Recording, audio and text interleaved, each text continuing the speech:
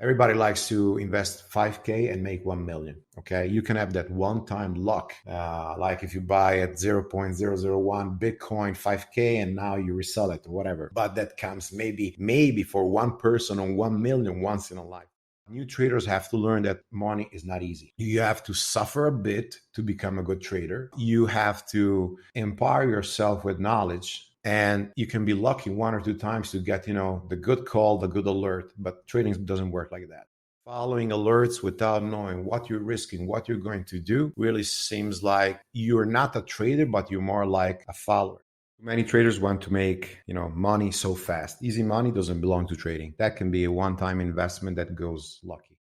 So for me, it was like, a big damage of my self-esteem. But I had to be humble. I had to learn again. I had to find mentors. I had to find a way that I could find other strategies.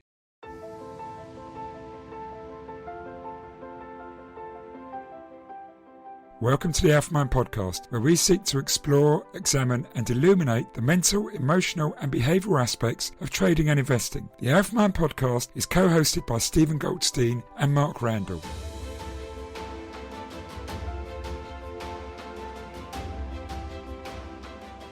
Today's guest is Joseph Gasperino, also known as JTrader, who lives in the tiny principality of San Marino in Italy. Jay has been a trader for over 20 years and also runs a training, mentorship and chat room service. It was the educational element as well as his experience as a trader which attracted us to talk to Jay. Trading education has exploded with a huge recent growth in retail trading. Sadly, this has attracted many dubious educational services into a highly unregulated space. What attracted us to Joseph was hearing from many people who he valued about him and his service and the quality of the service he provides. It is rare in a day and age to hear so many people talk about someone in terms of having a good quality reputation in the area of trading education. Before we go into the podcast, we would like to talk about the educational services offered by our podcast sponsor, the Society of Technical Analysts, the STA. Analytical capabilities and understanding price action are key components of a successful trading process. The quality of your abilities in this area can be a major contributor to your success. The STA offers some of the world's premier education programs in this area. In particular, the Home Study course, which is an online version of their diploma program that is delivered at the world-famous London School of Economics. Alpha Mind is delighted to be currently offering a £100 or local currency equivalent discount off the full cost of the Home Study course and Home Study course diploma package. To find out how to take advantage of this offer, visit the Alpha Mind blog page by googling Alpha Mind blog or by putting alphamindblog.blogspot.com into your browser and then go into the page link STA Home Study course. Now, on with this week's podcast. Our guest today goes by the moniker JTrader. He's a trader from San Marino, a small principality in Italy. He runs a chat room. He runs a mentoring program. He trades for himself, of course, as well, and has done for many years. And we're going to talk to him today to hear his views about trading education, use of chat rooms, and about trading in general with some of his own perspectives. So, Jay, welcome to the show. Thank you, Stephen. Thank you, everybody. Glad to be here. Thank you, traders. Great. Maybe you could tell our audience a little bit about you, about how you started out in trading, your background in trading, and your journey to where you are now. Yes. So, like every little small poor boy, because my family was not wealthy at that time, I always had in mind, to give something, to have something better in my life. So to make money, basically, this is the goal. And when I was small, I remember this episode. The cousin of my mother, he's from New York. He was one of the main traders for the Morgan Trust, and he brought me when he came over here in Italy to Rome. I started buying everything, best hotels, best food. And I was I was 10 years old, 12 years old. I remained shocked because how wealthy he was. And then each corner that we were going around in Rome used to stop. This was back in the 90s. I'm from 1981. Used to stop in front of the banks to see the ticker. Okay. And he used to say to my father and mother, why don't you invest in stock market? Are you not like buying whatever? And my parents said no, because in Italy it was totally different. Then when I started being 17, 18, I had some friends older than me. They were like not professional traders, but they were investing. And one day a guy came and said, "Oh, I make like I don't know, like a little fortune." So I started getting interested, and then I started remembering my the cousin of my mom. And when I was like 18, I started like to save money, work a summer, put away like I would say we had lira, so I would put away like the actual 3,000 3K. I remember I was so motivated. I want to make money. I want to become good. Well, after 1 month, I remember I lost everything, 30, 40 days. So at that time, I said, okay, this won't work. So I need to study. I need to find some good education. I need to work hard to get this. And I started like I reopened another account. Was trading U.S. Stocks, but mostly Italian stocks, Italian cover warrants, and from there I started. That was 2000, 2001. It was the Nuovo Mercato, so it was like the tech bubble that we had in Italy for those years. Then around 2002, they stopped like being so traded. But that was a good time because when I started, the first earnings were like maybe 50. We were changing from lira to euro, so let's say 50 euro. After 6 months, I was doing like trades of already 2,000 euro, like profit. And I started to participate to seminars all over Italy. I started to be called as a guest to some meetings. I was working at the time with Twice in Trade of Italy. They're like just attached to Piazza Fari in Milan. And my director was Michele Pertile, which now I think is like one of the big shots of another important bank. But basically, I remember that was a very good time for me. I was very lucky because I found a strategy that worked for that market. So we were looking for imbalance in the stocks and Italian equities. And then we were buying the underlying cover warrant. So imagine cover warrant is like options, but they're not like issued by the SEC or the Wall Street. They are issued by the banks, the firms. So you have Societe Generale, UniCredit, Dresdner, and so on, Citibank. So they decide the price they want to pay for the cover warrants. Let's say your stock moves 5%, and a normal option would move like 50%. So the cover warrant could move maybe 200%, or when they saw that you had too much liquidity on, so that you were going to take too much profit, they would maybe pay you like 10% only, or even put you in a loss. And they used to come out and say, oh, we cut the volatility, we moved the delta, and so on. And this was unethical, was illegal, but they could do it because Consul in Italy couldn't do anything. And more than one time, we made complaint where the newspaper, I even wrote an article on this, with our director that used to make pressure to those firms to come out like fair price. So this was the environment we were like forced to trade. Sure, was very remunerative. We had big profits, but they stopped. I would say we discovered warrants story 2002, 2003. Was it sort of taking risk and holding it? No, it was a scalping. I was trading. I still have all my, I would say, my execution and everything. I was trading for a few minutes.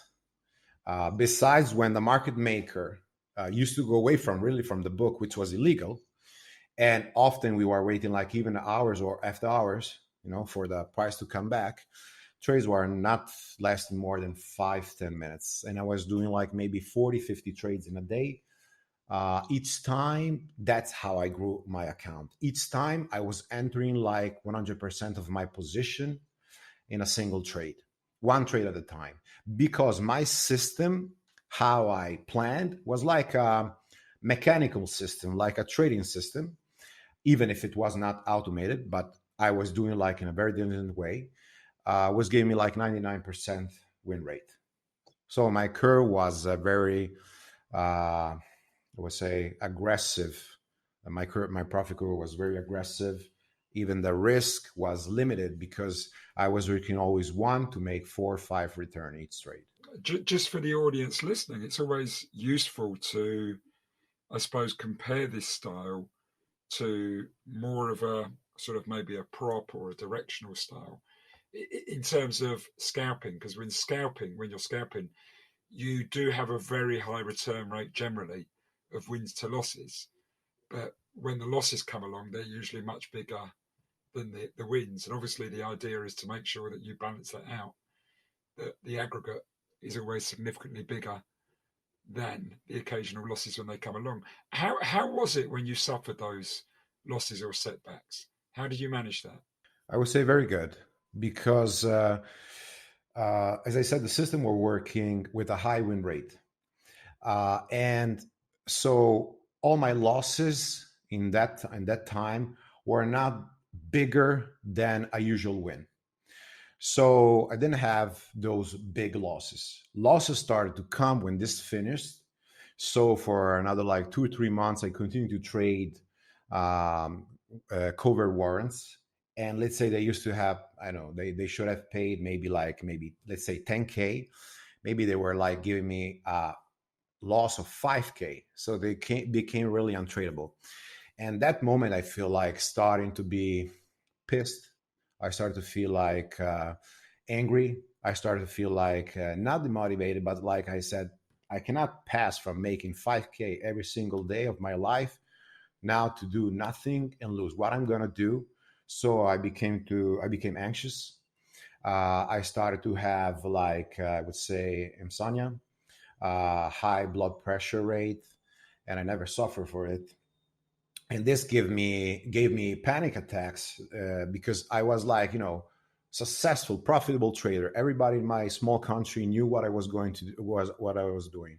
Everybody was asking me to invest money. Banks used to call me and offer me jobs, and I didn't want all this. I wanted to work for myself, but at the same time, I was like scared, not what I'm going to do.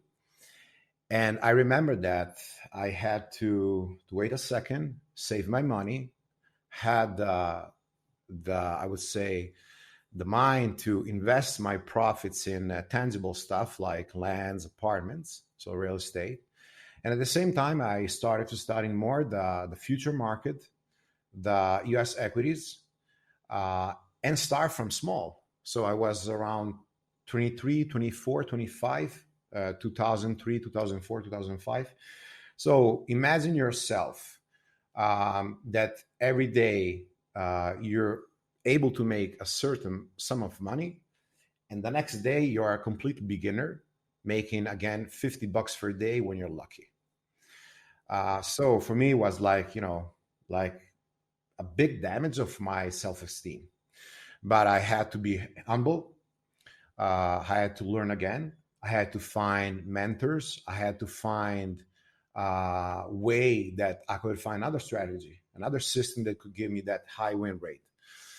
And that's how I became, like I would say, interested in the American market and the futures market. Kind of what I'm hearing is there was a loophole in the way warrants worked. You discovered that very early in your career, and you took advantage of it. And it seemed like manna from heaven. You had something which was working very often, very regularly, and gave you a really great risk reward. That's not an uncommon story. I'm sure you're familiar with the Chat with Traders podcast, and Tom Dante told his story on Chat with Traders, and he did something similar early in his career when he was making a lot of money with a loophole in one of the markets he was trading, and then that loophole was closed as soon as the market makers discovered it, and then he suddenly found that he wasn't able to make money anymore, and and what do? You spend a lot of effort and energy, and the point is that you always kind of have to go through a relearning, and quite often traders have to relearn many times in their career. That's true. You have to evolve like as a trader. I mean, just looking at small cap US equities, and I trade small caps in a very profit way since 3 years, because before I was doing only option, big caps, and futures, 3, 4 years. I would say that the volume that we're having right now in the last 6 months comparing to 2020, 2019, 2018, 2017 is simply something incredible. I mean, I never saw like stocks in pre-market trading 200 million volume in pre-market before 9:30, or like even this morning right now where we were talking, where's Lizzie, JG, Lakes up from $2 till 9, from $4 till 9.50 in about of 1 hour of 2 hours. So this market crazy, and this is very, very dangerous, because we'll invite everybody out there to invest money, like Wall Street bets, like the new millennials. I like that new traders are there on the corner. I like that new traders are trading, but new traders have to learn that money is not easy.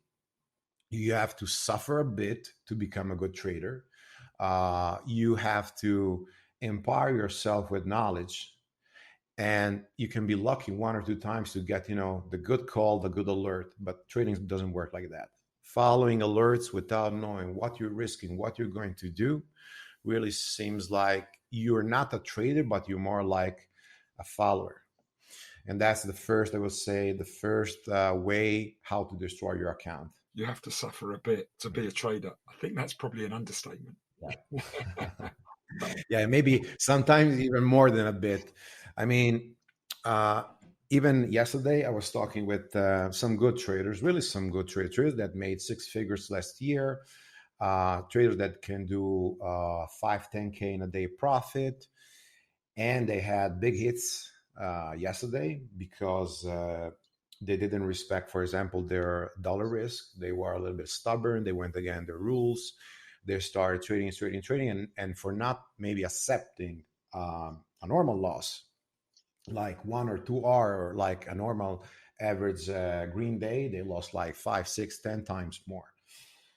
So it happens anytime of our career. You can be a beginner. You can have like 50 years experience. Everybody has losses. Is the important thing is to limit those days, to limit those big losses. That's make the really the difference. So it's interesting you say that after last week's podcast, which we did with Tom Canfield, which I advise anyone listening to this to go back and listen to. It's an exceptional interview, and it followed a tweet Tom put on his Twitter feed on the 1st of January, when he revealed that after nearly 20 years in this industry and 20 years of making money solidly every single month, that he suddenly dropped $500,000 in about a 10-minute space on one trade. And it was the most almighty of hammer blows for him. And he had to deal with it, and it took a long time to deal with it. The best part of 18 months for him to really get back into a cycle of making money again, because it starts another negative cycle when these things happen. And it really emphasizes that point that actually we go through lots of iterations and lots of different stages of growth, and we have to adapt to different situations, different markets, market shocks, which sometimes the longer we've been into a career, sometimes the more devastating they can be. Because you become like too convinced on your, like, maybe on your strategy or on your bias, because like you have maybe the stats behind you that they tell you're profitable in this environment, like in the long run. So sometimes you can add to a losing position because you don't want to have like a bad loss, and this will further move to a much bigger loss, even a blow up. For me, is the most important thing in my life that I feel for me was evolving as a trader. So moving where's the flow, where's the money to be made. This can be, for example, 3 months ago in small caps, or last year being always short in small caps. So each gap, I was waiting the right moment to attack, because small cap companies, maybe they have even an offering on, they have no earnings, no revenue, sorry. They have no institutional ownership. So really nobody gives a damn to own a long time as firms. what are you going to do? On a fluff news, on a recycle news, you're going to short them. This market is totally different. So 80% of my trades right now in the last 3 months have been longs. And each time I try not to buy breakouts because I see how many times the big hands fake out the big traders, and I start buying dips. On certain patterns. So I look, I test, I back test what's working, what's not working. If my targets are hit, I have to revisit if they're not hit. So let's say that I'm shorting. Each time I was shorting these small caps, seems strange, but a 200 exponential moving average was hit on a 5-minute chart each time, like 88% of my trades. Right now, it's about 50%. So I need to move to a better target that is it more often so that I have a little bit more conviction.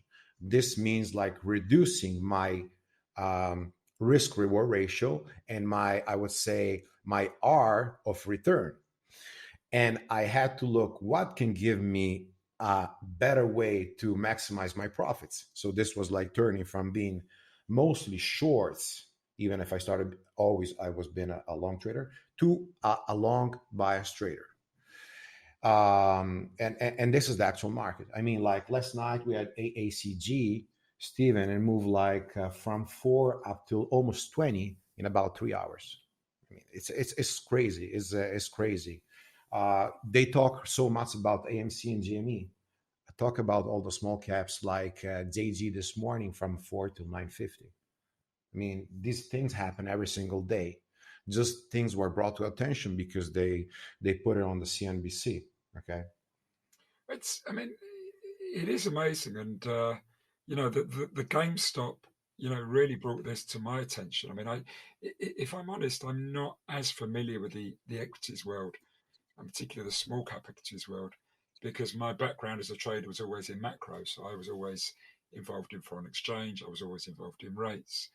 But I do coach a lot of clients who are from the equities world, and the actual product they trade isn't that relevant to my coaching because I work on the person rather than the system and the technique they use. And but I have become more familiar with it over the past few years. But really, the GameStop story was the one that really brought this sort of thing into the open.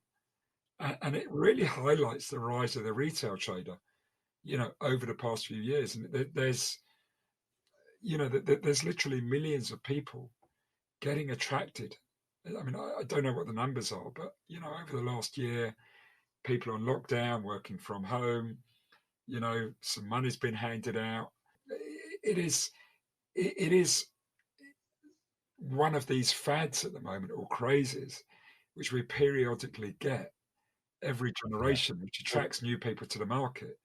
When I first started in the market back in the mid 1980s, and just giving away my age slightly, we had a craze in penny stocks in the UK. The markets had just been deregulated and opened, and we were getting, we didn't have mobile phones or, the internet, so we were getting faxes sent to us of the latest recommendations of penny stocks, and they would double or triple in a day.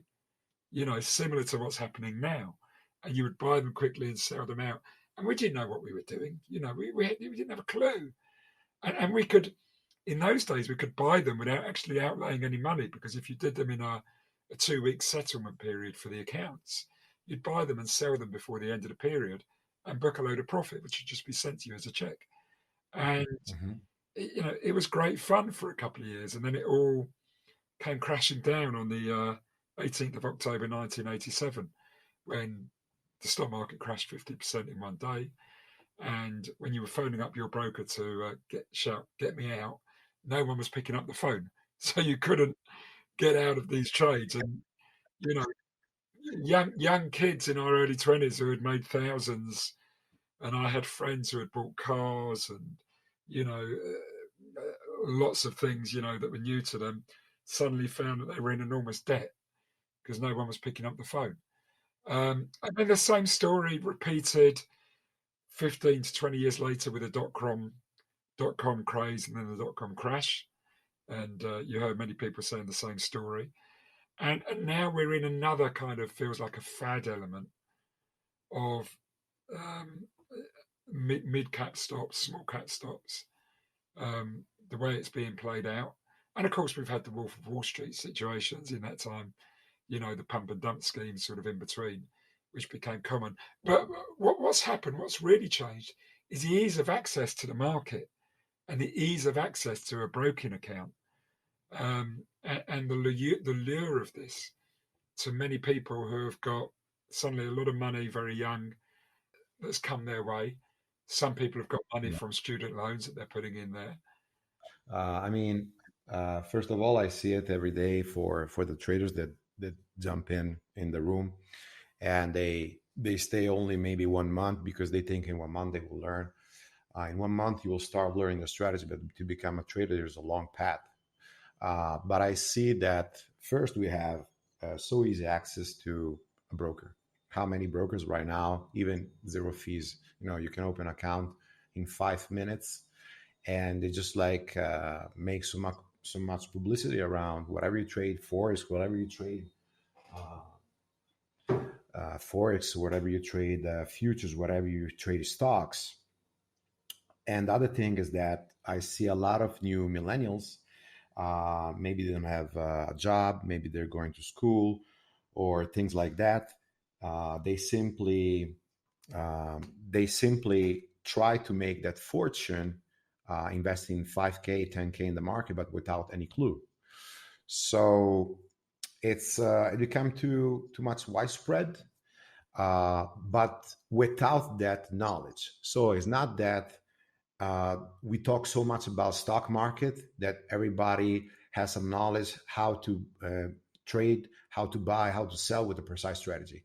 Everybody's like following the masses, following the flow, is following who's giving alert, is following, I would say, certain gurus.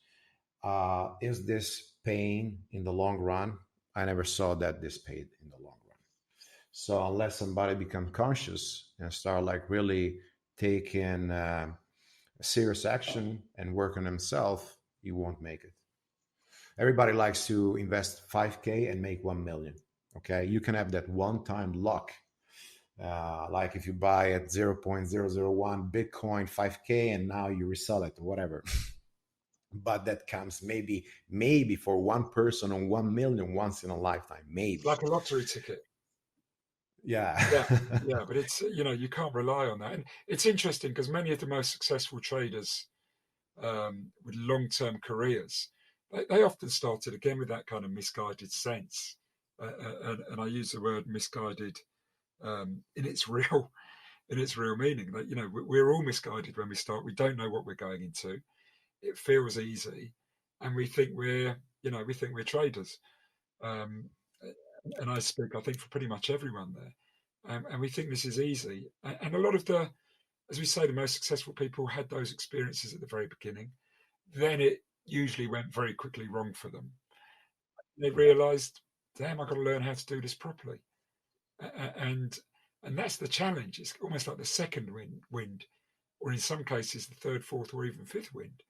One of the best stories in the Market Wizards books is of Michael Marcus, who I think failed 3 or 4 times before he finally started to learn how to do it, and then became one of the most successful traders of his time. So that is the challenge: how to learn to become a trader. Now you're a mentor. You're working with lots of young traders. You run mentorship programs. You run a chat room. If you were starting now, and with the benefit of all your experience in the market, how would you tackle this problem, this issue, or what advice would you recommend to people early in their career? First, I would find a good mentor, whatever, and choose a mentor according to your trading style. Second thing, I would not trade right away real money. I would start trading a paper account. There are so many now, to make practice while you're studying. It's true that this will give you a feel of the real market in terms of emotions, discipline, and risk management. But at least you will learn first a strategy and don't bleed out your money. Let's say you have a small capital. Then I will start to trade small under the vision of a mentor.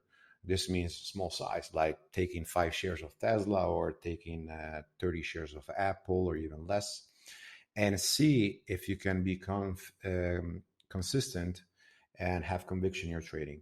The conviction comes totally with experience, totally with taking good trades and repeating them, and be able to observe the market and understand when the market is changing. Then, little by little, I will build a risk management plan so that every goal that you meet, for example, 5K, 5K, 5K profit, you will add always a little bit more size.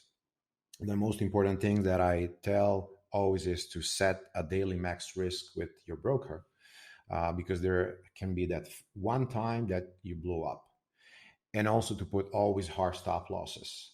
Sometimes in a fast market environment, you will put limit stop loss orders. They won't get filled, let's say on a squeeze. So it's true that the stop market order will give you some wiggle room, but at least you will be safe and you will get filled, at least almost always. So that for me are the first two requirements to protect young traders.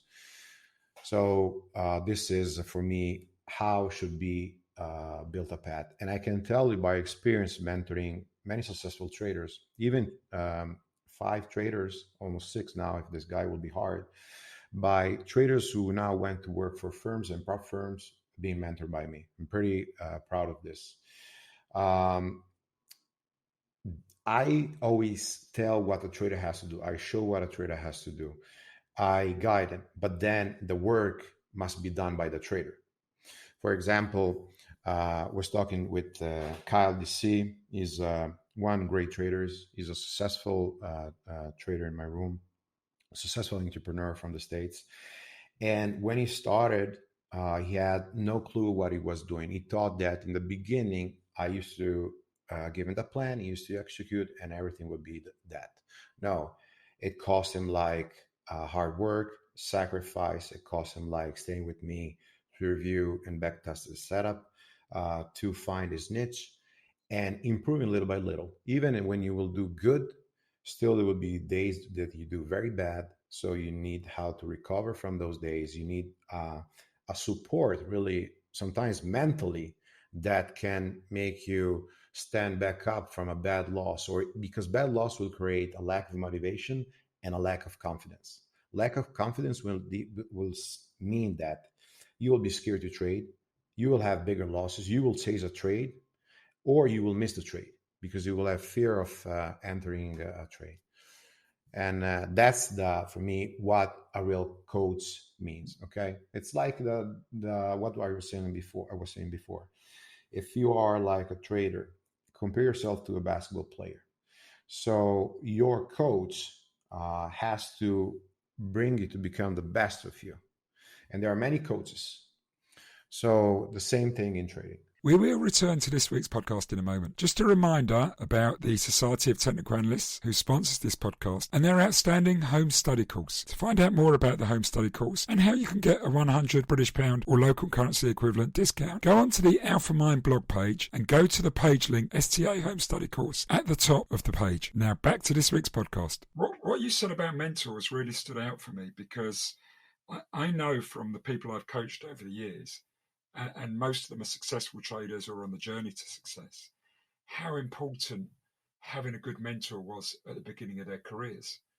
And nearly everyone I know who's ever succeeded in any field almost has had the benefit of a good mentor early in their career. And I think it significantly improves your chances of success.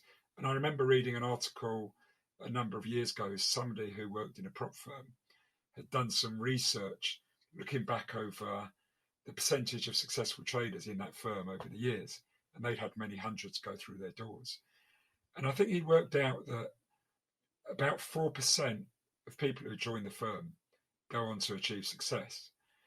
But those who had a mentor earlier in their career or paid for a mentor had close to 10% success chances. So if you think about it, it more than doubles your chances of success as a trader. And when you think what that is worth in terms of payoff compared to the cost of a mentor, it turns out to That's be a true. small fraction.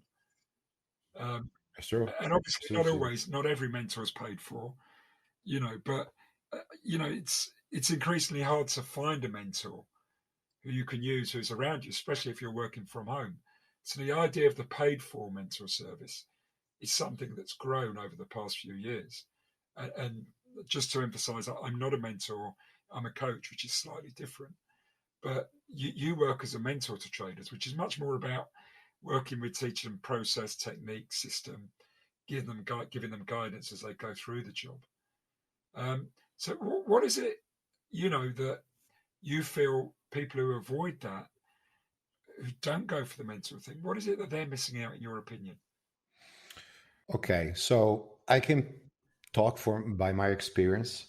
So when I started, for example, in the cover warrants and Italian equities, I didn't have a mentor, and it was very hard. I met some traders, in particular a trader from Cortina. He helped me. He was twice as older than me. I was like 19, and he helped me. He gave me tools, but then I had like to discover my plan by myself. I was good. I was lucky. I made it. When I started like moving to the US equities, mostly in the futures, I studied everything around. I bought every single book around. I invested so much money in courses. I went to do courses by big names. Uh, and in the starting of 2000, 2005, we don't have all these names that we have today. We don't have so many chat rooms. It was like, the dark ages maybe.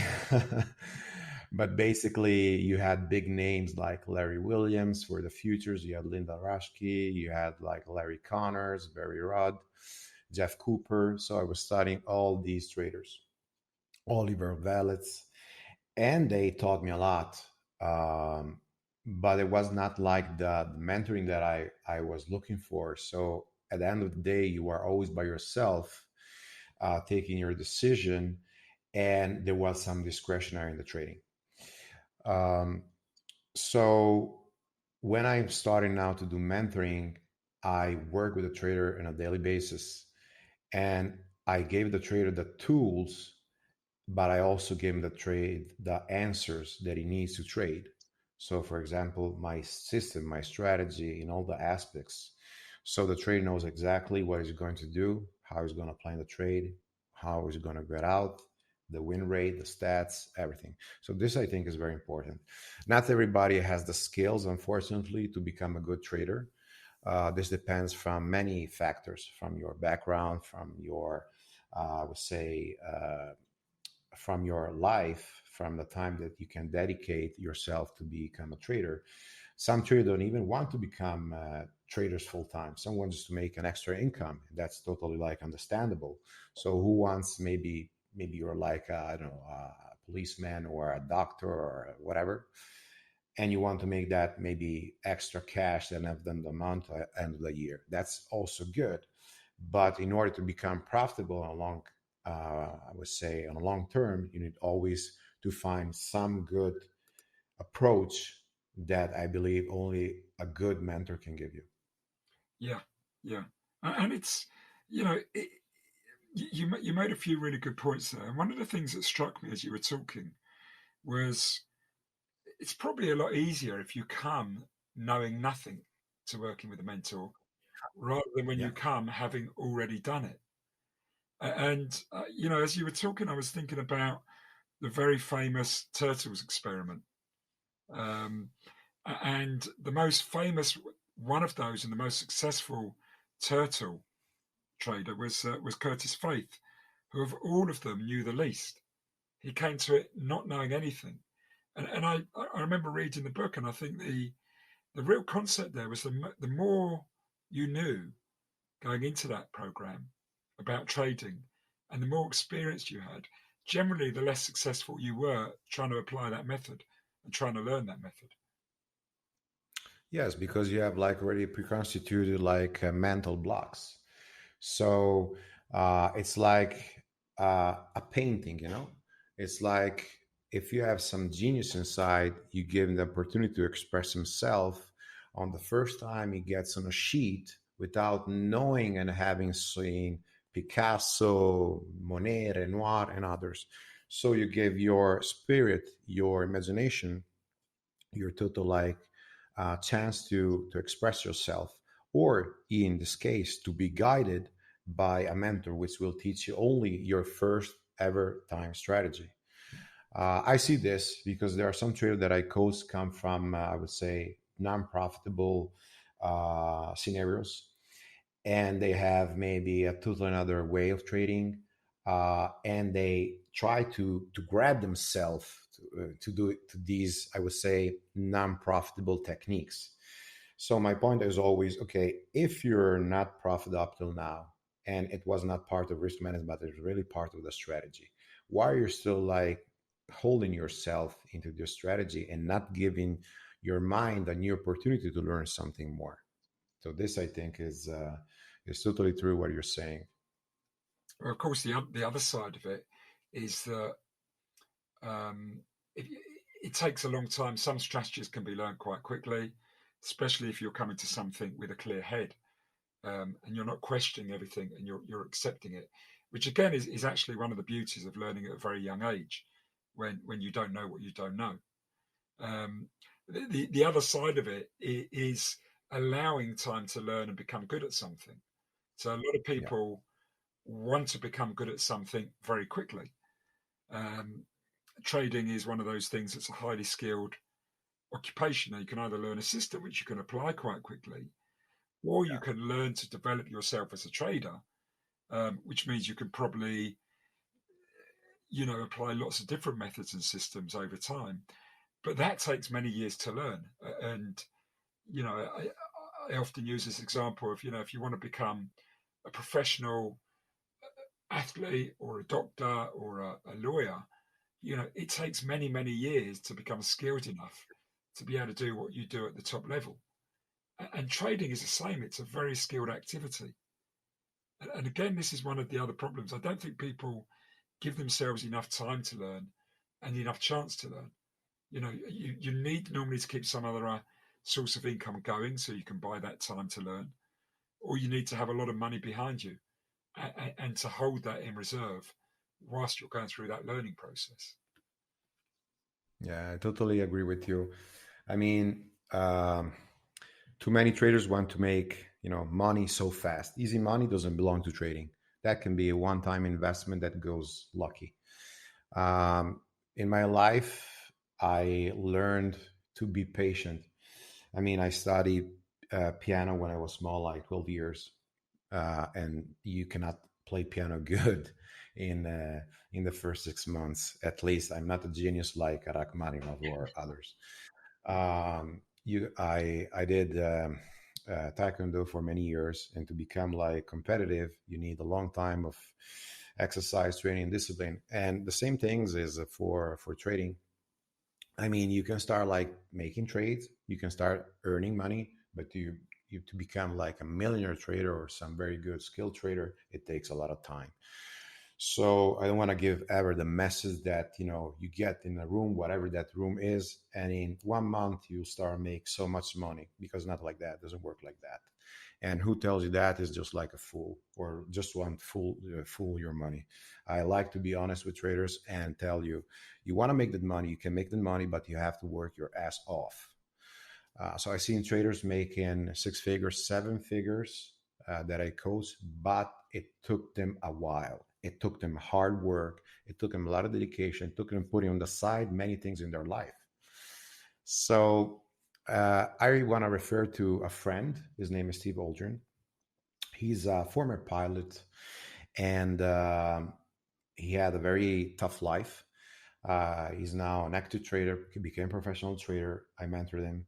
He has one boy that is lucky still to be alive, because he has a genetic syndrome, and he doesn't have, the doctors say, many years left. And he's taking care of him, waking up like 4 o'clock every morning to follow him. His wife died for cancer. So he is himself in a lockdown with this kid, another child, and he's trading. Every morning he's there, he's helping others, he's like helpful, so very good spirit, and still finding the time to do everything, uh, concentrating on himself and work, helping his kid and the other kid. So I think this is unbelievable. If he can make it, if he did all this by himself, and he became from a $50 trade guy a day, so he was making like $50 per day, to making now 10, 15K a day or more, I think that everybody has to take him as an example. And this is what I feel to do it, because I know the person. I will go to meet him in the States when I go in summer, and I like this kind of mentality and positivity that people can have, that inner resource, that you don't have to be a genius. I'm not a genius, but that spirit will give you the strength to become a better person, a better trader, whatever you're doing. So I like this. That's an amazing story, and it does sound like he's got it very rough. And Yeah. paradoxically, um, one of the and I've raised this before in our conversations. One of the things that one of my own colleagues, a fellow coach, and I have noticed is actually how many people that go through trauma or experience trauma seem to be more successful at trading. It's always like a paradox, but it's, it's, we don't know where this comes from. But my own opinion is that they're a lot more humble, and they trading has a place, but it's not everything. They kind of set it aside as something they do, but they know that the world won't bend to their will. There's going to be setbacks, there's going to be drawdowns, and they can't make the outcome they want happen. And they Yeah. sometimes step back and see the bigger picture. And suffering trauma and experience trauma, I think, does that. And the things that unsettle many people who have never experienced a trauma do not unsettle them in the same way.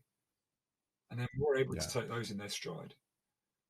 That's true. It's like when they say the best fighters, because I did MMA myself, MMA, like Italian style of it. But the best boxers, the best fighters are the one that had a rough life, or like had to earn themselves something, or had like maybe bullied, they were bullied. So I believe that who has really that hunger to become successful, to make money in a life, because maybe comes from a poor background, um, has maybe that little gear more to, I mean, to reach the goals. To reach the goals, I think it's about an imprinting that you receive from your youth, from your I would say first year of education, but also is like an inner spirit that you can have. And difficulties, we always have them. So everybody has problems, everybody has health issues, everybody has some person that died in the life. There's no excuses. You want something, you have to obtain that thing. There's nothing that can stop if you really want it. So if, like, they say, oh, I have this problem, everybody has problems. If we would stop at problems, I would still like doing $20 trade, or not even trading. So you have to overcome it, because if you don't do it, nobody will come there and hold your hand. Okay. It's interesting you talk about mixed martial arts. There must be a lot of lessons you get from that, because I know a lot of people who've Yeah. done various martial arts. Even a lot of kicking the ass, buddy. Other than the fact you know how to bounce back, it's as I say, I do meet a lot of people with training in martial arts who've found it. They've taken a lot from that into their trading. What is it that Yeah. you got from that world? So I was lucky because my maestro, my master, his name is Mr. Chong Wan So. I think now he's the first in the world. He comes from South Korea. He was teaching U.S. Marines self-defense in the war. So he is like an old printed, disciplined guy. I was young when I started, so he always took me for his nephew, and that gave me a lot of discipline. And I think discipline is so important in my work. Surely there will be days that you're out of discipline, and that's totally normal. Everybody is human, but that imprinting that I had from him was very important. So the trainings, the hard work, not giving up, this helps you really much to become, I wouldn't say only a good trader. I mean like a better person, a better person. So when you know that you have somebody like him that is very tough, because he was very tough in a good way, makes you, walk straight. Okay, that's good to hear. Listen, I'm sort of thinking we're close to the final 10 minutes of this Okay, chat, and Steve. I've really enjoyed it, and it's great hearing some of your Thank perspective. you. Here. Um, what is it, if you were to, as an educator, as someone who's been there, been a trader, still trades, still active, but also mentors and helps others, what, for young people just starting out, people who are listening to this, what would be your top 3 pieces of advice or recommendation for them? The first thing, study everything around. Study everything, starting from Stephen Goldstein. No, really, mindset is the most important thing in this job. When you found your strategy, you will see that that missing piece will be mined. The second thing is to start opening a paper trading account with whoever you want, and start practicing trading, because confidence in trading will bring you to use size, and confidence comes only from experience. So you have to take thousands of trades before you become good. The third thing is have patience. So you cannot build Rome in one day, how they say. So you cannot become a trader in one day, not even in 1 month. So take step by step. Don't put, the goal, I want to make 10 millions. No, start with the point that you want to make $100 a day. Once you reach that, we think for the second goal, which would be like 200 or 500, whatever you want. But you cannot get to the stock market tomorrow. You come with me or wherever you want, and you say, "Oh, I'm gonna make 5K this month. This end of the year, I want to make at least 200K." No, that's a fool. It's like if you say tomorrow, "I want to go play in Juventus with Cristiano Ronaldo." Doesn't really work like that. So take it easy.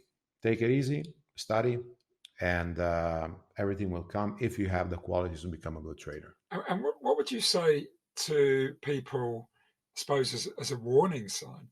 What are the 3 things they need to try and avoid? I cannot make names, right, Stephen? So first, follow the fake gurus. Second, Sorry, was that follow the fake gurus? do not follow the fake Okay, I gurus. didn't hear the do, and I was thinking, Do not you really follow the saying fake this? guru. So yeah, so Yes. try to avoid that, and there's lots of them.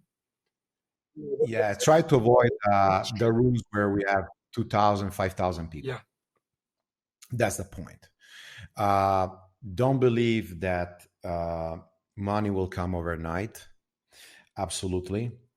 And I would say always, always, and always, always, always put a risk limit on your account, because each day you can blow up. So never come to the market without having hard stop losses and not a limit dollar risk with your account.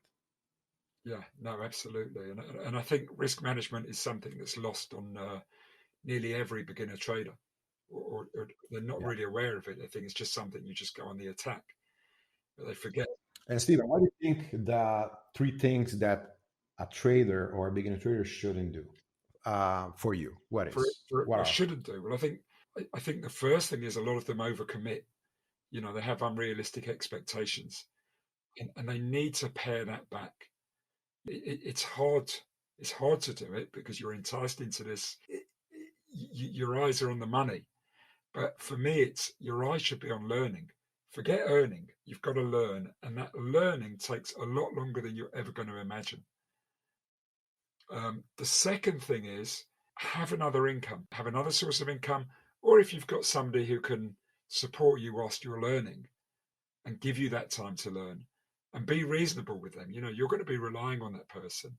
So don't say, listen, within 6 months I'll be owning an island somewhere in the Caribbean and my Lamborghini is going to be parked outside. Lay that off. Don't even think about that. Put that on the back burner and learn, which is coming, so if I said, think about learning before you earn, understand the philosophy of what trading and risk is.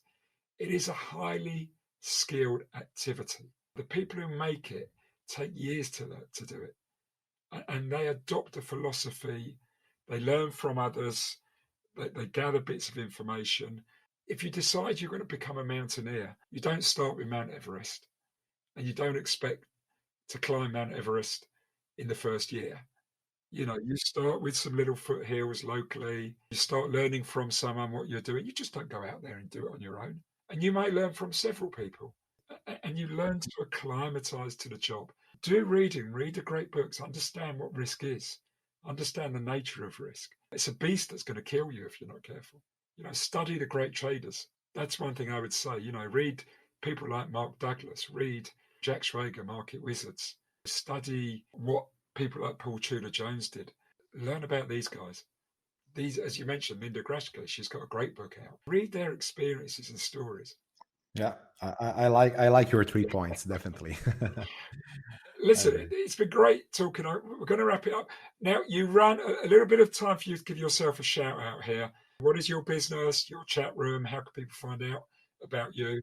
Okay, so everybody that needs help, that wants to be trained or just join my room where I stream live every single day, stock, futures, options, and now even crypto, just come at small cap room, JTrader.co as my website.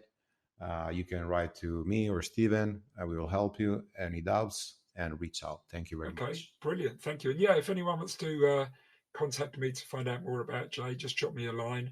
They can DM me at Twitter, or they can just email me info@alpha_r_cubed. But listen, it's been a pleasure talking to you.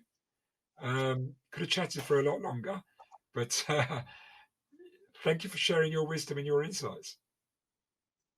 Thank you very much, Steven. Really a pleasure to be here with you guys and all the audience. Would like to come here maybe like in 6 months, 1 year to give you updates. Thank you very much for attending. Brilliant. Thank you. Thank you for listening today, and thank you to this week's guest. You can find more information about our guests on the blog page which we produce for each episode on the Alpha Mind blog. Thank you to our podcast partner, the Society of Technical Analysts, the STA.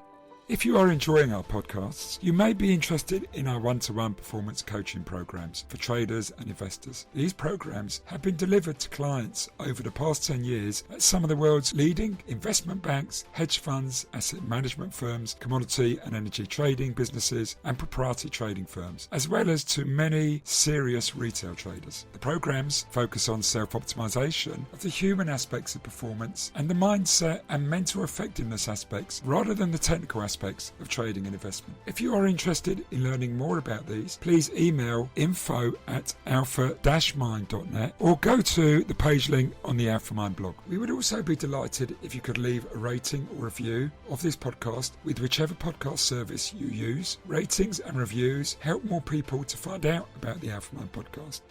We now also have a YouTube channel, so you can listen to the podcast on YouTube, and we are starting to roll out past episodes of the Alpha Mind podcast on our YouTube channel. We have also recently started a newsletter. Please go to the Alpha Mind blog where you can sign up for this. Finally, if you aren't yet following us on social media, you can find us on Twitter at AlphaMind101 and at AlphaMind102. Co-hosts Stephen Goldstein and Mark Randall are both available to connect with you on LinkedIn, and we run an Alpha Mind LinkedIn group with over 15,000 members which you can join. As a reminder, our website is alpha-mind.net and our blog page is alphamindblog.blogspot.com.